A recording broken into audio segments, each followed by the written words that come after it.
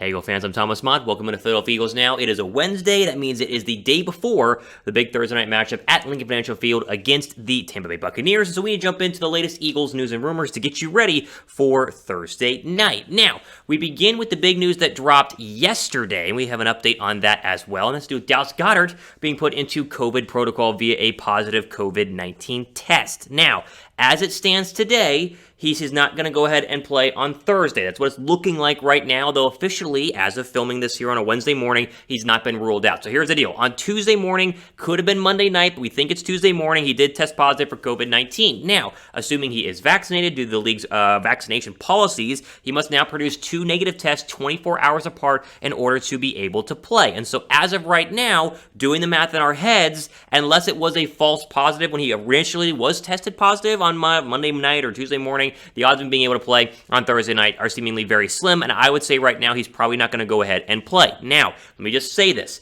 There is a chance come maybe Wednesday afternoon, Wednesday evening, even Thursday morning, he gets those 2 negative tests, and then you get a notification on Twitter saying he is going to play. Don't come crying to me saying Thomas Mott was wrong, because the odds of him playing are slim right now, but I'm not saying it's a official guarantee he's going to be out, but it's looking like that is going to go ahead and happen, meaning they'll be without their top pass-catching tight end for the big matchup against the Tampa Bay Buccaneers. Now, there is a bright side to this, and I think we got to acknowledge the fact that this is a chance to show off Zach Ertz before the NFL trade deadline. Zach Ertz has done virtually nothing all season long. He could have had a touchdown, or at least he should have had a couple of touchdowns earlier on. I think back to, the Chiefs game, whenever he missed Zach Ertz in that stick knot in the end zone. But either way, Zach Ertz is very clearly not himself.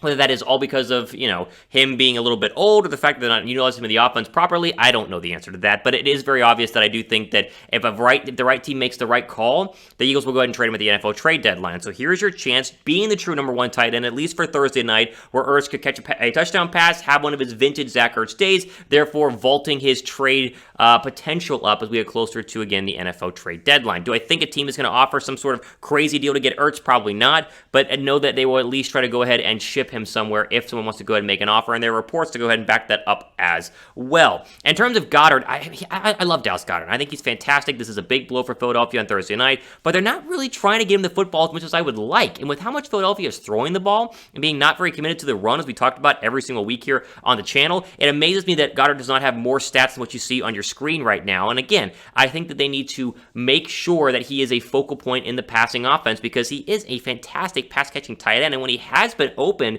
and when he has been throwing the football, he makes really, really, really big and important plays, and so it's going to be a big blow if he is out, but I think the odds of him being out are going to be pretty darn strong. I hope I'm wrong. I hope Thursday morning or tonight here on Wednesday or even Thursday afternoon we get the update that it was a false positive. He's going to play, but everything I've read and everything I've heard so far is that he is probably not going to play, so prepare to be without him on Thursday.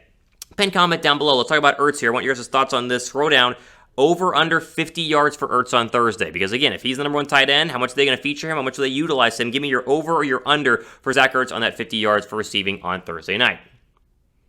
All right, I want to move over here to the first-round draft pick discussion, which happens every single week on my Twitter feed in terms of people that I follow who cover the Philadelphia Eagles. And we want to update you guys on the situation going on right now in terms of our Eagles 2022 NFL Draft. Now, that's so far in the future, but everything that really, I think the future of Philadelphia revolves around who they take with their potential 3 first-round draft picks, if they get 3 first-round draft picks going forward in 2022, because they can get a lot of very good players, as we've talked about with 3 first-round draft picks. Now, as we talk about every single week, almost every single week here in the channel, the Eagles still currently have 3 first-round draft picks. They're guaranteed at least 2 because they have their own, and they have the Dolphins pick as well. But Carson Wentz, even though he keeps losing with the Colts, he is on track to play 75% of the necessary snaps in order to get the Colts' second-round draft pick to turn into a first-round draft pick, meaning you, the Eagle fan, should be rooting hard against Carson Wentz and the Colts, and very much so against the Dolphins as well. We'll talk about their schedules coming up here in just a second. First, here is the official projected draft picks if the season ended today. These things, of course, can change,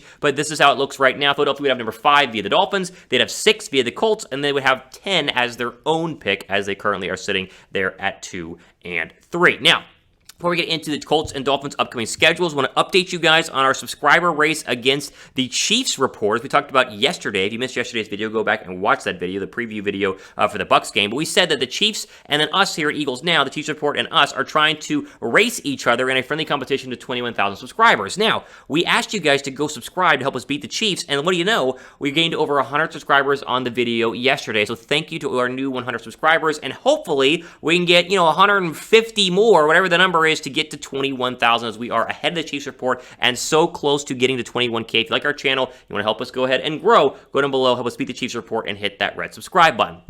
Okay, the one bad thing about the Colts and Dolphins' next couple of games is that they're against very winnable and very bad football teams. Like, here's the Colts' next 5 games. They play the Texans this week, then the 49ers, who are very much struggling right now. I mean, San Francisco is the worst team in the NFC West. The Titans, who did lose to the Jets 2 weeks ago, so how good are the actual Tennessee Titans? The Jets themselves, and then the Jaguars. So expect the Colts to start winning some football games, and that draft pick that's 6 right now start to kind of slide back a little bit. The real hope for the Colts is that Wentz plays 75% of the snaps, and he's done that so far through the first 5 games of the year. Go over to the Dolphins schedule here. Their schedule is a little bit tougher, not that much easier. Jacksonville this week, although as we'll talk about with my picks of the week, I'm betting on the Jaguars to win that game, or at least to cover in that game. Atlanta week 7, still iffy on if the Falcons are good or not. Buffalo week 8, that's a definite loss for the Dolphins. They got blanked by by Buffalo last time. Houston week 9, and then Baltimore sitting there in week 10. So again, root for Carson Wentz to stay healthy, and root for the Colts and Dolphins to lose football games every Sunday. You should be watching, the Washington, make sure they lose. The Giants, well, you want them to lose. The Cowboys, you want them to lose. Throw in the Colts and the Dolphins on top of course, cheering for the Eagles to go ahead and win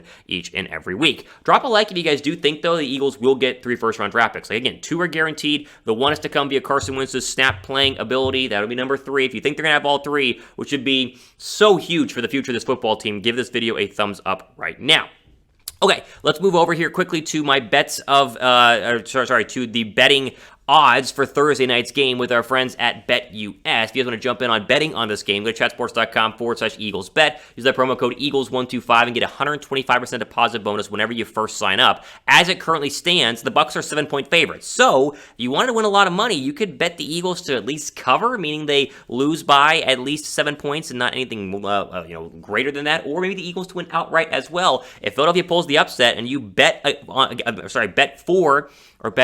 in terms of choosing the Eagles to win, Eagles plus 7, get that out of my head there, then you're going to win a bunch of money this week. So do it with our friends at BetUS. It's the same betting people that I bet every single week with, and I have a winning record so far this year, even if I do say so myself. Chatsports.com/EaglesBet. Use that promo code Eagles125. Okay, final update here in terms of the injury report that was released yesterday, and for both football teams, Tom Brady will play. He was listed on the injury report with a thumb injury, but it's fine. It's not a big deal. He will be out there. We were expecting that, but now it is officially official. Rob Gronkowski will not play. We talked about that yesterday. I didn't think that he would, but it's officially, he's ruled out for Thursday with the rib injury. No real need to rush him back in terms of playing a Philadelphia Eagle defense, so not a surprise there. In terms of the Eagles, Lane Johnson, he's still out with the undisclosed personal issue, and they didn't give us any more details on when he's going to come back. It doesn't seem like it's going to be anytime soon. Like, I thought it'd be a week-to-week thing. I think we're looking at a month-to-month thing if he comes back at all. Still no update on that, but I know he's out for Thursday. Derek Barnett will play on Thursday. He was limited this week with a foot injury. Kelsey was out yesterday with rest. He's fine. He will play. And then Dickerson and Mailata, both of which are a little banged up with an ankle and a knee, were full participants. They will play for Philadelphia on Thursday night. And so essentially you're going to have your pretty much entire offensive line, minus, of course, the injured Brooks and Samala, who have been out, so no real loss there because they're already gone. But you'll keep Jordan Mailata on the right side of the offensive line, where he played well, but it's just tough to make a left tackle who was literally left tackle all offseason and then signed to a new contract to be a left tackle, now go play right tackle. Like, he's very capable, and he did a fine job, but hopefully he's able to settle in a little bit more on the right side, because Dillard is holding down the left side just fine. And so that's your offensive line this week, but at least Dickerson and Mailata will play, meaning the continuity that we've seen the past couple of games is going to go ahead and stay there. Give me your score prediction for Eagles Bucs down below right now in the comment section. I said yesterday 31-20 Bucs. I really hope I'm wrong. Like, I really need the Eagles to get to 3-3. That would be huge for Philadelphia going forward. And an upset win against the Bucs was in the national media and do an absolute frenzy, which would be really fun to watch on Friday morning. But either way, I want your score prediction down below right now in the comment section. As I'm saying, Bucs 31. That offense is just too good. I think the Eagle defense is going to have to play lights out, and they haven't been able to do that against good quarterbacks so far. So you need Slay and Nelson to ball out of their minds. Will they be able to do that? I'm not sure. But I think the Eagle offense can move the football down the field. Can they convert in the red zone, not turn it over? That's the big key. I'm going to put them at 20 points, but hopefully it's going to go ahead and be a lot more. All right, ultimate word today on our Philadelphia Eagles news and rumor video. Wanted to jump on, update you guys on Dallas Goedert. Again, if he plays, it'll be a long shot, and he has to basically have a negative, or I should say a false positive on Tuesday when he was tested in order to actually have a shot to play. So I don't think he's going to be out there. But I want to update you guys on that as well as the Zach Ertz trade stuff, and then, of course, the draft pick watch that we are on every single week here on the channel. Again, for Philadelphia Eagles Now, I'm Thomas Mott, right at time, signing off. Stay safe out there. Enjoy the rest of your day.